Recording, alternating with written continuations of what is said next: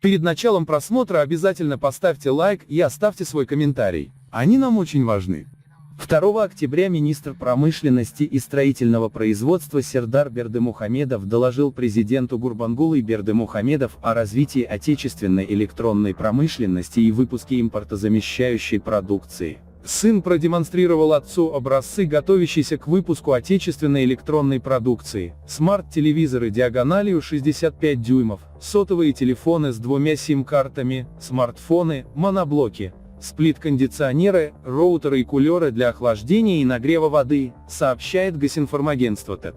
Их производством занимается совместное хозяйственное общество Айден GGLR, созданное с долевым участием Министерства промышленности и строительного производства, 49%.